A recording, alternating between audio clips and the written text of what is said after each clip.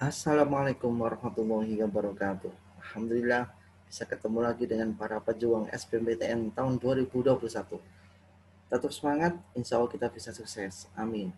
Nah, teman-teman sekalian, pada video kali ini kita akan khusus membahas apa kisi-kisi UTBK mata pelajaran kimia tahun 2021. Oke, next. Nah, teman-teman, tentunya kita pengen tahu apa sih tips dan trik supaya kita bisa dapat skor tinggi di UTBK.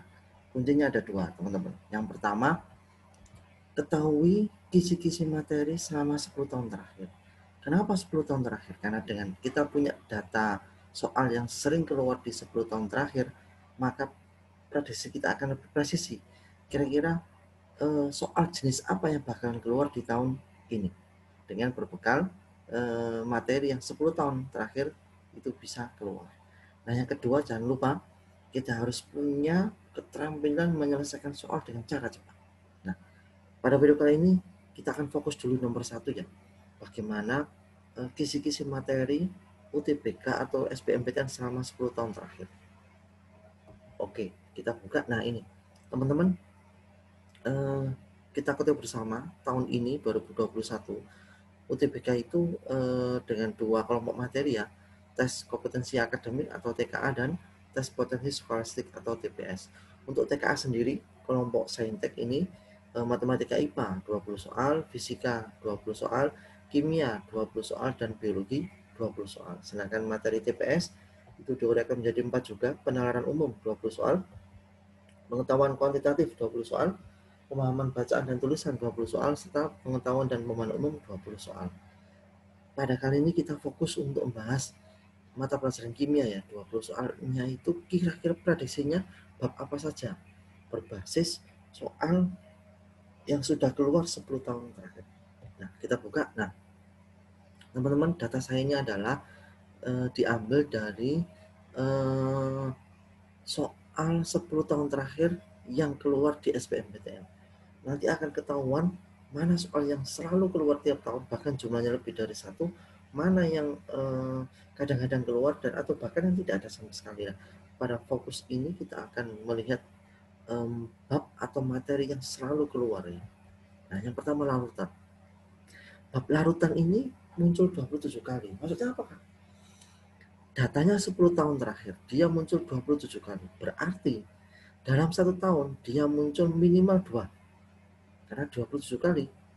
Berarti setiap tahun itu minimal 2 soal tentang larutan. Bahkan di tahun tertentu ini bisa lebih dari 2 soal. Karena ini frekuensinya 27 kali. Nah, berarti kan materi yang sangat penting ini. Yang kedua adalah stoikiometri 25 kali. Ini berarti rata-rata minimal 2 soal setiap tahun. Bahkan bisa lebih dari 2 di tahun-tahun tertentu. Yang ketiga, kimia organik 17 kali. Ini berarti rata-rata minimal 1 kali atau 1,5 ya. 1,5 artinya bisa di tahun tertentu dia muncul 2 soal. Next, nomor 4 ada ikatan kimia 13 kali. Ini berarti frekuensinya masih sangat sering sekali. Setiap tahun selalu ada saja bab tentang ikatan kimia. Kemudian termokimia 13 kali, ini sama ya. Berarti tiap tahun minimal dia muncul 1 kali. Yang keenam ada elektrokimia, ini juga 13 kali, berarti dia selalu muncul setiap tahun. Kemudian kesetimbangan 13 kali, sama ya. Setiap tahun minimal ada 1 soal. Kemudian laju reaksi 10 kali. Nah, ini berarti setiap tahun selalu muncul 1 kali, 1 kali, 1 kali gitu ya, tentang bab laju reaksi. Yang ke-9 sifat koligatif 7 kali. Ini berarti kadang-kadang muncul ya. Tapi ini frekuensi masih sangat sering ya, dengan 7 kali di 3 tahun, mungkin 3 tahun-tahun tertentu tidak ada. Kemudian yang ke-11 struktur atom 7 kali.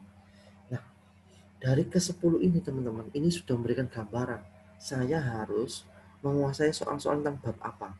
Jadi fokus saja ke bab-bab ini, karena bab-bab inilah yang frekuensinya sangat sering muncul, bahkan selalu muncul. Nah, untuk lebih jelasnya lagi, saya akan menguraikan lebih detail ya untuk yang nomor 1 dan nomor 5, karena ini yang sangat esensial sekali ini, karena frekuensi munculnya sangat tinggi. Saya mulai dari yang pertama, larutan tadi ya. Apa sih soal-soal larutan itu? Pertama tentang pH basa lemak, kemudian buffer, titrasi, teori asam basa, KSP, hidrolisis garam dan asam kuat. Itu tentang bab larutan. Yang kedua, stoikiometri. Soalnya tentang apa saja? Persamaan gas ideal dan stoikiometri itu sendiri. Yang ketiga, kimia organik. Tentang apa saja soalnya? Reaksi oksidasi, reaksi hidrolisis, protein, karbohidrat, amino, asam deoksiribonukleat, cis trans, isomer, oksidasi alkohol, dan optis aktif. Yang keempat, bab ikatan kimia. Tentang apa saja? Ikatan kimia, bentuk molekul, hibridisasi, dan gaya intermolekul. Yang terakhir, termokimia. Apa saja? Termokimia, energi ikatan, entalpi pembentukan, dan entalpi pembakaran. Nah, teman-teman fokus saja ke bab ini, cari soal-soal yang berhubungan dengan bab ini, dan kuasai cara penyelesaian soal untuk khusus bab ini. Tidak usah bingung, karena bab inilah yang tadi setelah kita analisa 10 tahun terakhir, dia setiap tahun selalu muncul, bahkan bisa lebih dari satu soal selalu ada. Oke, nah tentunya kita kalau sudah tahu soalnya, kita harus juga punya keterampilan bagaimana cara menyelesaikan soal kimia itu dengan cepat supaya skor kita ini tetap tinggi dan kita nggak kehabisan waktu. Tentunya ikuti video berikutnya, karena di video berikutnya kita akan mengupas bagaimana trik menjawab soal kimia dengan cepat dan benar. Untuk itu jangan lupa klik subscribe dan nyalakan tanda loncengnya. Bismillah, tetap semangat. Insya Allah kita bisa tembus SBMPTN tahun 2021. Amin.